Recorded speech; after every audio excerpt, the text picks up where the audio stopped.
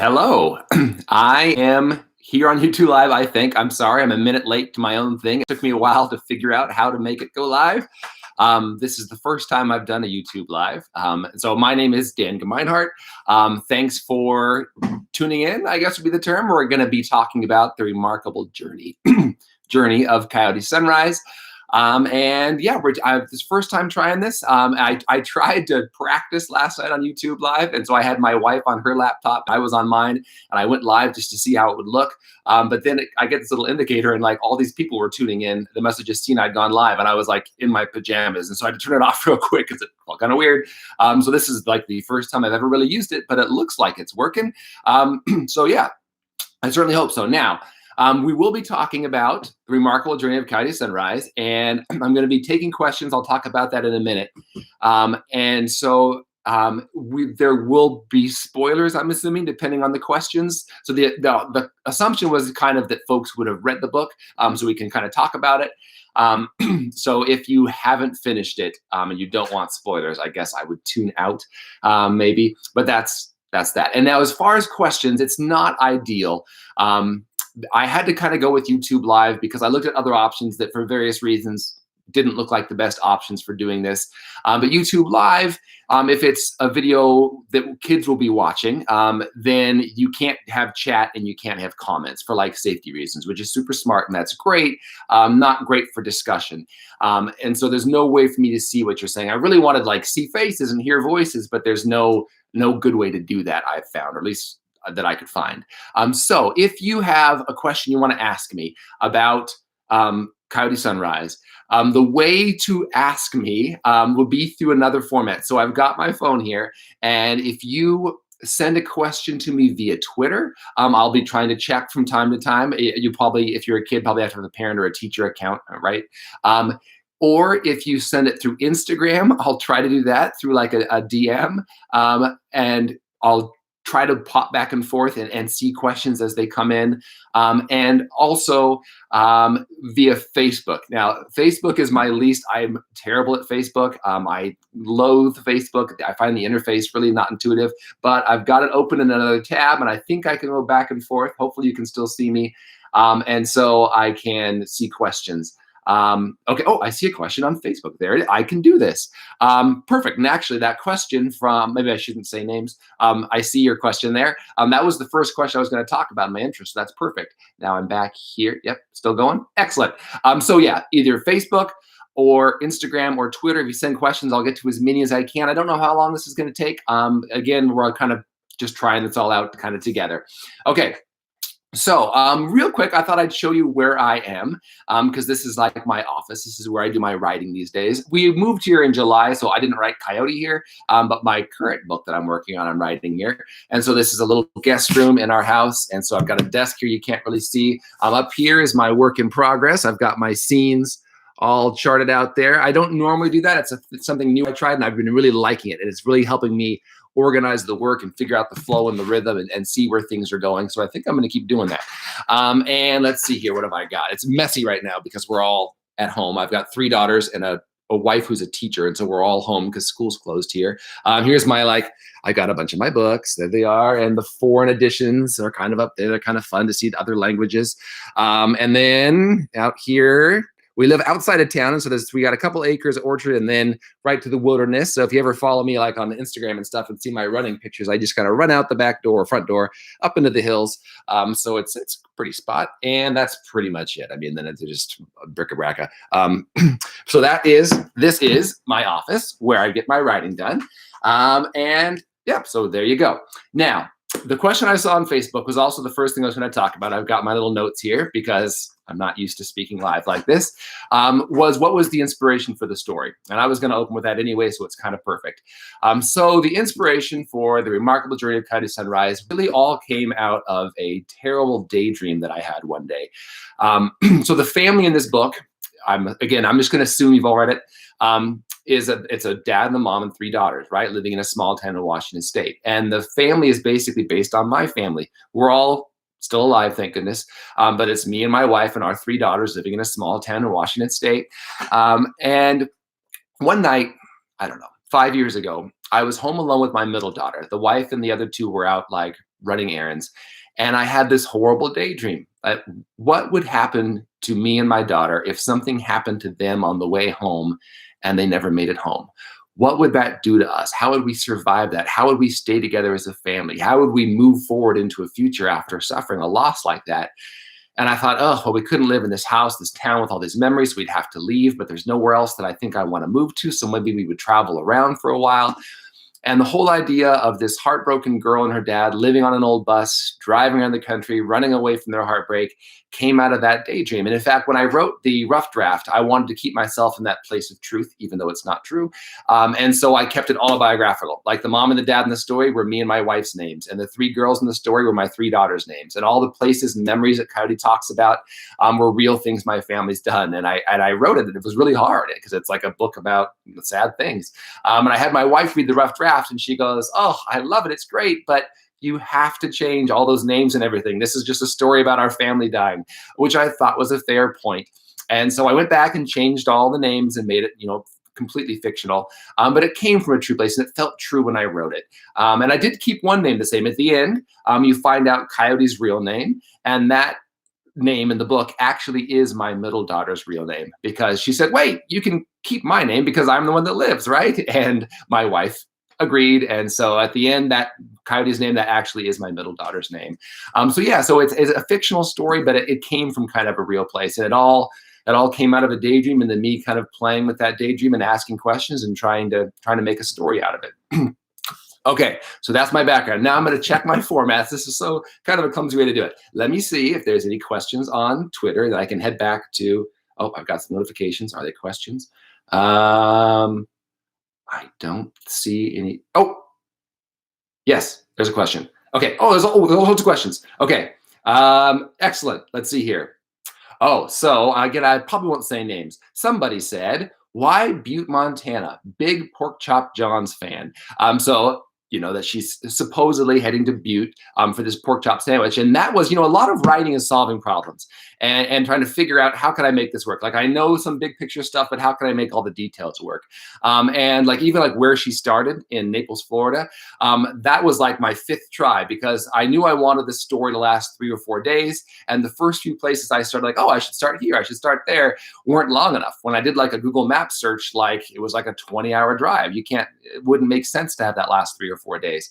And so I went as far as Naples is very South Florida. So I was far away from Washington State as I could get.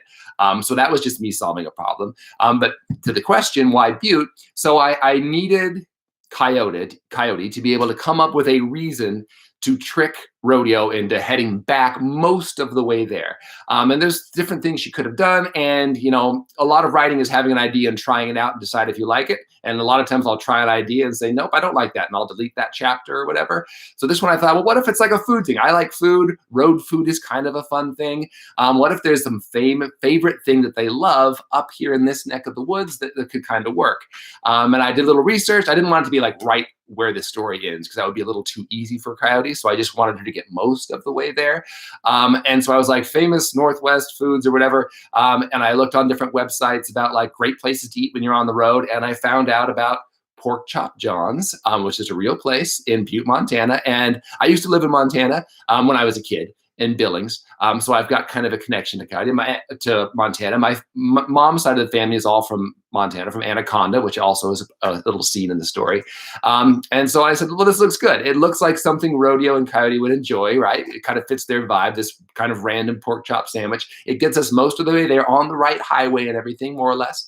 And so, yeah, and I had never been to Pork Chop John's or had a Pork Chop John's sandwich, but it seemed like this will work. It fits the weird kind of funky vibe of this story. And then after I wrote it, but before it came out, I got a chance. I got on a road trip. I was doing some author visit things in Montana, and I made a special side trip to Butte and went to Pork Chop John's and ate one of the sandwiches, and it was pretty great.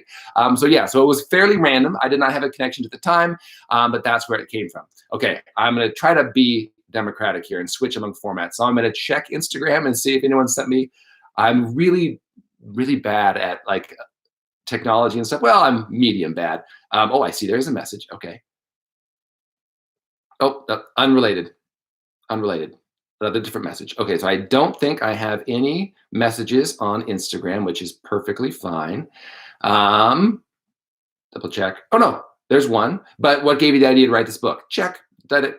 Okay, perfect. Now I'm going to head over to Facebook and see. And if this isn't working, or if you're like really frustrated because you can't ask questions, A, I'm sorry, but B, I also brainstorm some frequently asked questions that I get at like school visits and stuff.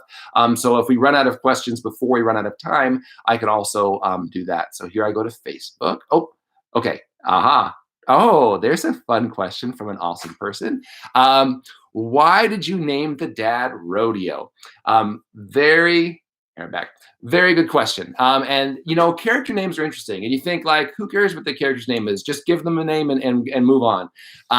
But character names can really matter, and character names, if they're whatever confusing or distracting, I guess, could interfere with the story, or if a good name really adds to the story. Like think of like the Harry Potter books, like Hagrid and Dumbledore and Voldemort and Snape. Like those are good, fun names. They're not just random fill in a noun Mad Libs. They like really add to the flavor of the story. And so you do put a lot of thought into them. Sometimes you just know. Like I knew from the day one. I didn't even know why. I knew Coyote was Coyote. She just was. That's just how it came to me. That was her name. I had no idea why. Rodeo I really worked on. Rodeo I think is the fourth try we gave. I had another name originally, and then me and my editor, my amazing, incredible editor at Macmillan, or Henry Holt, he said, I don't know about this name, and I had some of the same reservations. And so we went through a few, and you can do like find and replace, right? And so I changed his name to this other name, but then I thought, well, I don't really like that one. And so we changed it again. And we were looking, they were all words, right? None of them were names like Joe. It was because the idea is when they left their life behind, Coyote and Rodeo took these new names. And so they were like words. Like one of them was River. I thought, oh, River, because he's like a free flowing guy, but I didn't like, it didn't feel right. And Phoenix was one, because you're like a phoenix rising from the ashes, but I didn't really like that one either. And so I went through a few names, and then finally Rodeo hit me. It's kind of funky. It's kind of, Western, because they're from Washington State. It sounds enough like a name, and not just like a word, that it felt like it worked. And Ren Rodeo Sunrise is kind of a great name. And so it just felt right. And that's a lot of what naming a character comes down to, is what feels right. Sometimes you know why it feels right, and sometimes you don't. It just feels right. So yeah, I put a lot of thought into that and a lot of work to come up with the name Rodeo. And actually, one of my frequently asked questions on my list of frequently asked questions is, well, what's Rodeo's real name? Because at the end, we learned Coyote's real name. He must have a real name.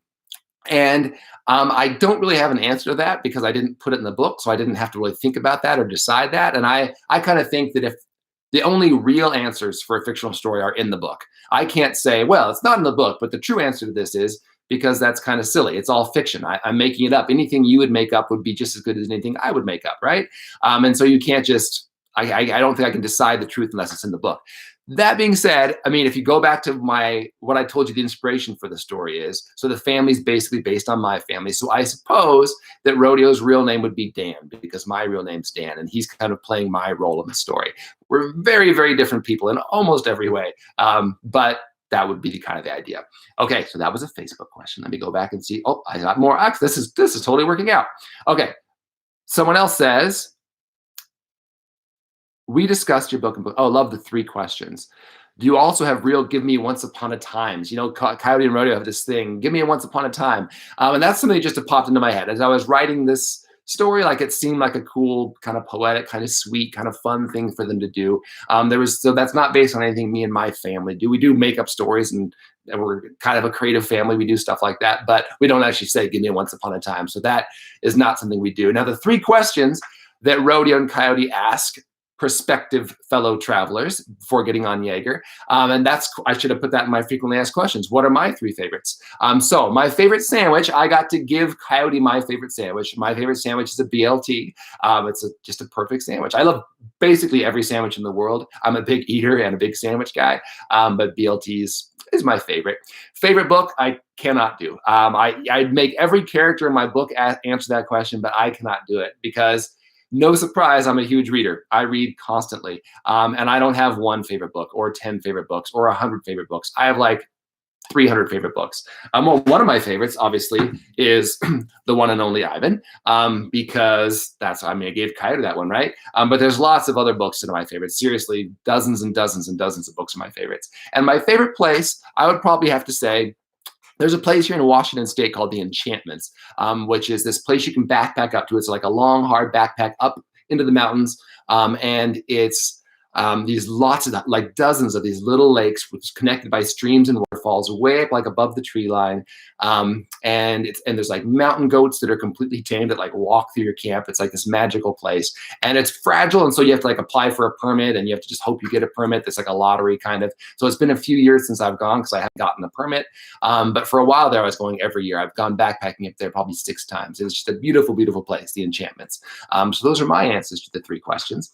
Okay, I'll go back to Twitter. This, by the way, I don't know if it's fun for you. I hope it is. It's super fun for me. I'm having a great time. Let's see here. There is another.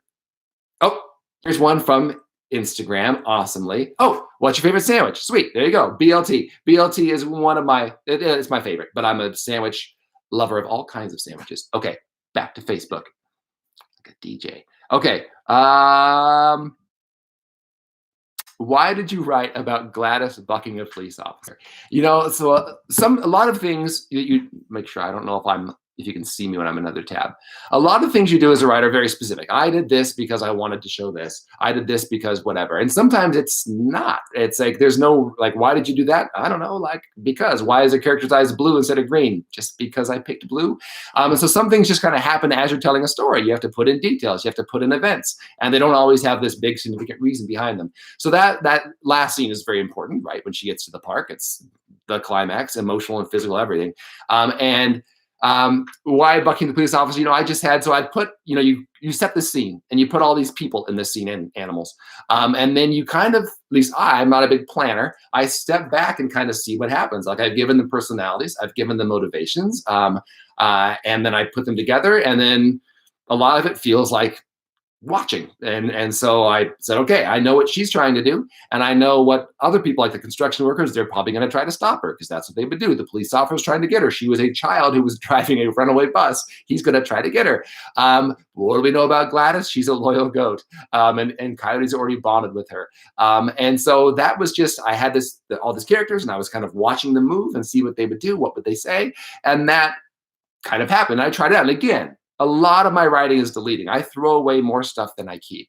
And so I put that in, like, well, wouldn't that be kind of funny? It also buys her some time, right? It helps solve Coyote's problem a little bit, this cop's of interfering with her. And it felt like it was funny. Now, a lot of times I would say, I don't like that for whatever reason. I'm going to cut it out. But I liked it. It wasn't like actually violent, right? And the police officer handles it well. He doesn't pull his gun out or anything. It gives Coyote a little bit of breathing room, literally and not literally. And it adds a little bit of humor to an otherwise very intense scene. And so that was me having an idea and trying it out and deciding that I liked it. So there was no big significant reason behind it. It just kind of felt like how the story would go. Good question, though. I love Gladys. Okay. Oh, nice. This is another Facebook one, then I'll check Twitter again. Did you cry while writing the story? Absolutely. So I'm a total sap, and I'm unapologetic. I'm not ashamed. I cry when I read all the time. The number of times I've been on an airplane reading and crying and having the person next to me looking at me, too many to count. And so sometimes kids tell me, I cry when I read. Sometimes like it's a secret. Like nothing wrong with that. That means you're a good reader. It means you're a good person. It means you've got empathy. So I cry when I read, and I cry when I write. All of my books, if you've read any of them, they all have some real sadness in them. I don't think they're sad stories. I think they're adventure stories that have sadness in them. There's a little difference there, but they have some real sad. Like the sadness in Coyote is not like a little sadness. It's a big, big sadness. And when I write, I really try to put myself in the character's shoes and try to see what they see and hear what they hear and feel what they feel. Because if I want you, the reader, to connect with that person and feel what they feel, then I should do it myself. So I'm not some like remote puppet master sitting in the back just writing words. Like I really try to put myself in the scene. So I cried many times when I was writing this book. Absolutely. And sometimes I'll be going through it to find a passage I need for something, or maybe doing a reading or something, and I'll tear up and choke up when I hit certain parts. Because remember, this is like my family in my imagination. And so I feel it strongly. Yes. And so I absolutely cried when I wrote it, for sure. Back to Twitter. Let's see if there's any Twitter questions. Oh, there's a lot. Oh no, there's a lot. Okay. Oh, there's a lot of questions. Oh, okay. Maybe I have to. I tend to give long-winded answers. I'll try to keep my answers brief because I see I've got quite a few questions piled up. So I'll try to rein myself in a little bit here. Okay. Oh, to the Snohomish students and families. Yes, there was a library I was supposed to visit.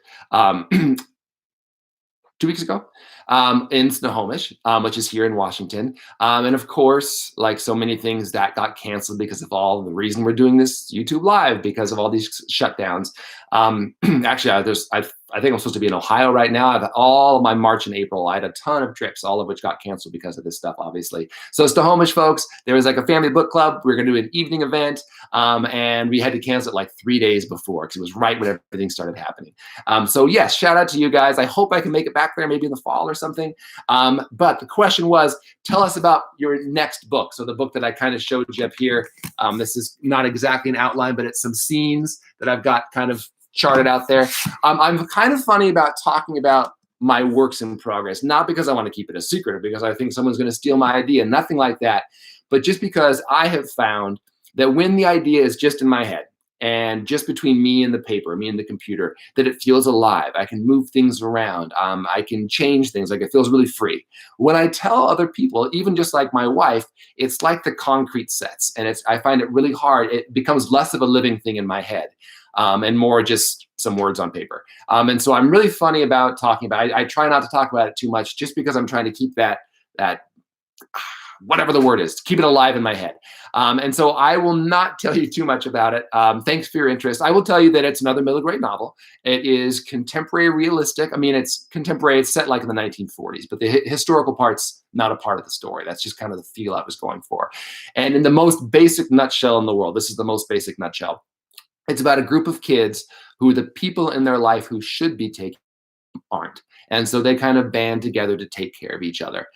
Obviously, there's more of a plot to it than that, but that's the basic idea. This will be different from all my other ones in that it's not a journey. If you look at all 5 of my other books, none of them happen like in the character's home, in the character's town. Everyone is a journey, and this one happens in one. Pretty much all of it happens on one street.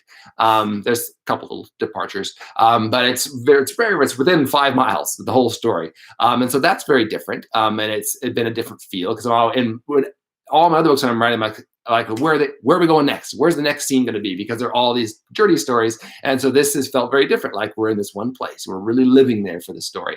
So that is the most basic nutshell of my story, the one I'm working on. And I'm super late. I don't know if my editor's watching, but I'm actually, it's not funny. I shouldn't be laughing. I'm very, very late on it. I had a kind of a rough block and stuff. And I had 5 books in 5 years, and I kind of hit the wall, and I had some creative problems. And so this book was supposed to be out now, basically. It's supposed to come out in early 2020, and I'm still working on it. So it's hopefully going to come out 2021. I'm really close to finishing it. This closure hasn't helped because now I'm homeschooling 3 kids, but now it's flowing well, and I love the story. My problems were no reflection on the story, whereas just I was kind of trying to figure everything out. So yeah, it should come out in 2021, but yeah.